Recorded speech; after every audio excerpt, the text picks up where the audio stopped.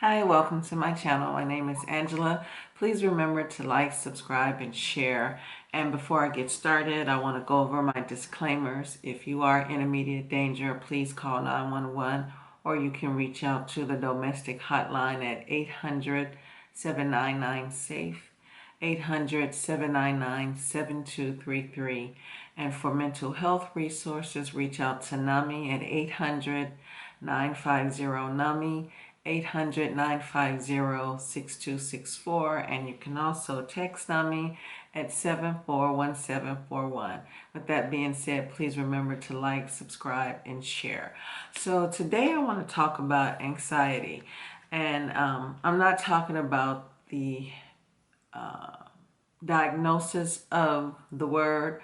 There it has been said that it's mental illness. So I'm only speaking about the word itself and what it does to one when they become anxious and they let anxiety take in. So if you know that you have mental illness and you may also suffer from anxiety, please don't take what I'm saying as something you should live by. Continue to go and seek help as you have been doing it, because anxiety is just a part of, to me, it's just an emotion, just like fear. So if you have mental health illnesses and you're being treated for that by a professional, continue to do whatever is good for you. So this is only from my experiences and things that I've dealt with.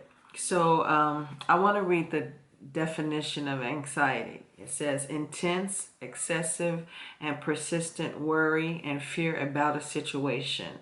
And the symptoms could be fast heart rate, rapid breathing, and sweating.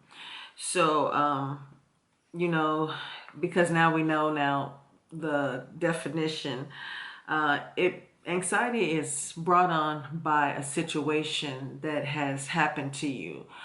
Something that occurred in your life and made you over anxious, and you thought about it and you tried to figure out how you was going to get through it. You became worried, fearful, loss of sleep, not eating, irritable, and it also brought about physical pain and stress and, like I said, being fearful. And when you have these emotions because of the situation that was brought to you, you don't know how to deal with it. You can easily go from being anxious to worry or stressed or just shut down by fear all completely. So if these things are happening to you, these are some of the things that I had to learn, because as for me, I'm the type of person, I will think a situation from top to bottom and I will try to figure it out and worry myself about it, become anxious about the situation, and just forget that I have someone I can go to, which is God. Like I said, I believe in God. That's my faith. I'm spiritual. So instead of beating myself up about how I'm going to solve a situation, stop being anxious about it, stop worrying about it, and stop being fearful. I simply now just go to God. And it wasn't always that way. Even though I grew up spiritually and I knew what it meant to believe in God, because I'm human and because God doesn't take away free will from us, I've always tried to fix it on my own. And in doing so, I delayed all the things in my life that could have been fixed if only I had stepped back and given it to God and stopped taking it away from Him. I never sat on the sidelines and let Him take care of it. I was too anxious. I was always laying in the bed worrying about the situation. I would pray about it, give it to Him, and then if it's not working the way I think it should be, I would take it completely out of His hands and try to fix it. And it only left me with sleepless nights, physical pain. My back would just hurt from the stress of it all.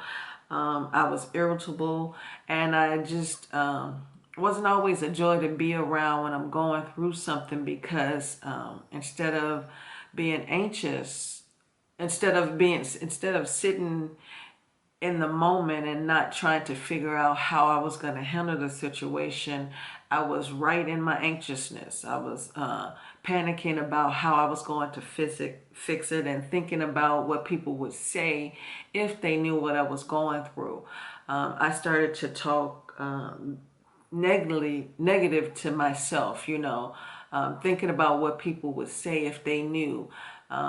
Just putting self-doubt in my own mind and making it to a place to where I stopped being anxious, and I just became fearful, and I sat in that fear. And that's what anxiety can do to you, and that's what it did to me. And so knowing that God was there to help me, knowing what my mother had taught me years ago, and it was a scripture that came to mind, and this is 2 Timothy 1:7. For God has not given us a spirit of fear, but of power and of love and sound mind. So I knew this. I knew this as a child. I knew this as a young adult, and I knew this. But anxiety that was showing me that something is not right in my life, instead of me giving it to God and sitting in my anxiety and just knowing which way to move, instead of going to the right, I went to the left. I went over to the deep end. I became fearful. I worried, and I took it away from God. And I used all of my fear and worry to make a decision that wasn't the best decision that I could have made in this situation. And so I will go talk about the situation that I'm referring to later in the week. But the choice that I made was to just remain.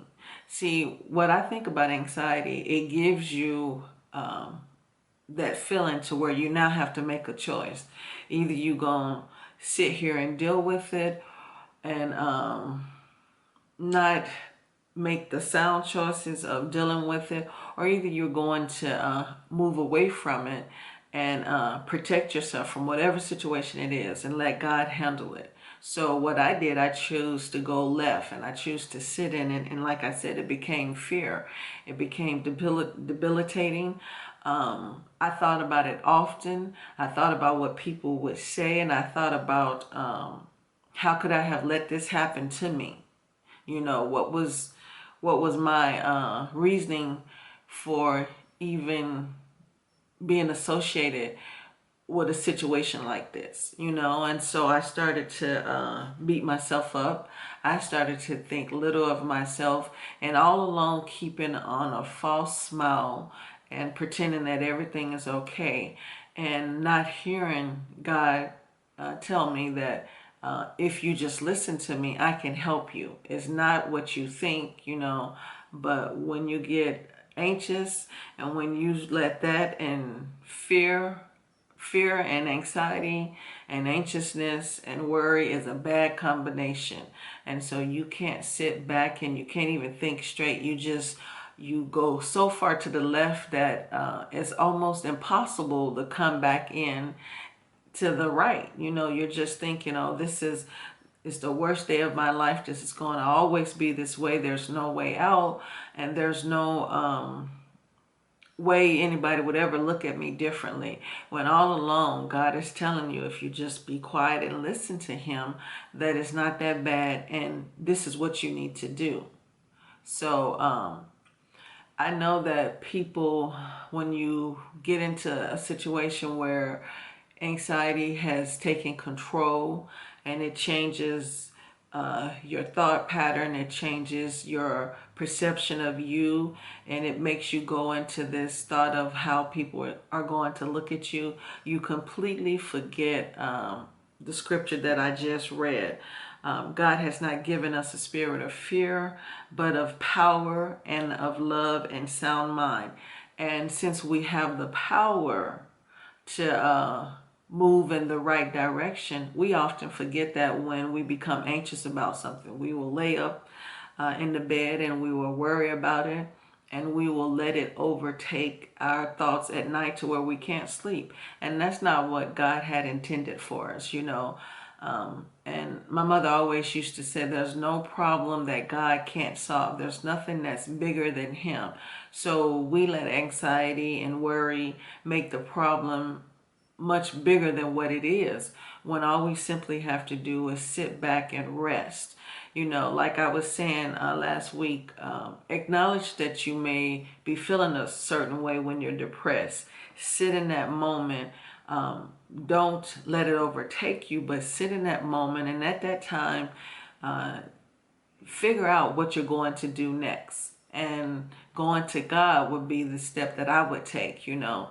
But like I said, when I became anxious over a situation that was brought to my attention, I often didn't go to God, and I tried to figure it out. And it took me time to get past that and to understand only if I had went to the right and not the left, I would have been so much better off. I wouldn't have wasted time with people that didn't serve me any good. So I know that it seems easy now because I've been through it. And I know that me saying this may make you think, well, you know, you just don't understand. It's so hard because of what's been brought to me. I can't do this on my own, and I don't know what to do. And all I'm going to do is worry about it. And just praying is not going to help me. But trust and believe that it will. And like I said, if you don't believe in prayer, take a step back, meditate. Look at the situation in its entirety, and don't sit back and let it overtake you to where fear now is ruling your decisions. And then I have one other scripture that I want to read. It's from Psalms 34:17. When the righteous cry for help, the Lord hears and delivers them out of all of their troubles. And even though that's so simply said, but it's so true. When you call out to God and you ask him to deliver you from whatever it is that you're going through, the anxiety of it all, the fear, the worry, the stress, when you ask him to help you out of this, when you talk to him, he will help you out of this, but you have to be patient and you have to wait on it. And again, I just wanted to say, this message is not for a person that may have a mental illness and is suffering from the effects of the mental illness, which can bring on anxiety and stress or depression. So this is just for somebody who has been in a situation that has brought on the anxiety, and now you're in this situation and you don't know how to get out because you're worried and you're stressed, and you don't know what people are going to think if you move in a certain way. So if you know someone that's going through this, someone that has a difficult choice to make, please remember to share my video, like it, and subscribe, and I'll see you again tomorrow. Thank you for watching.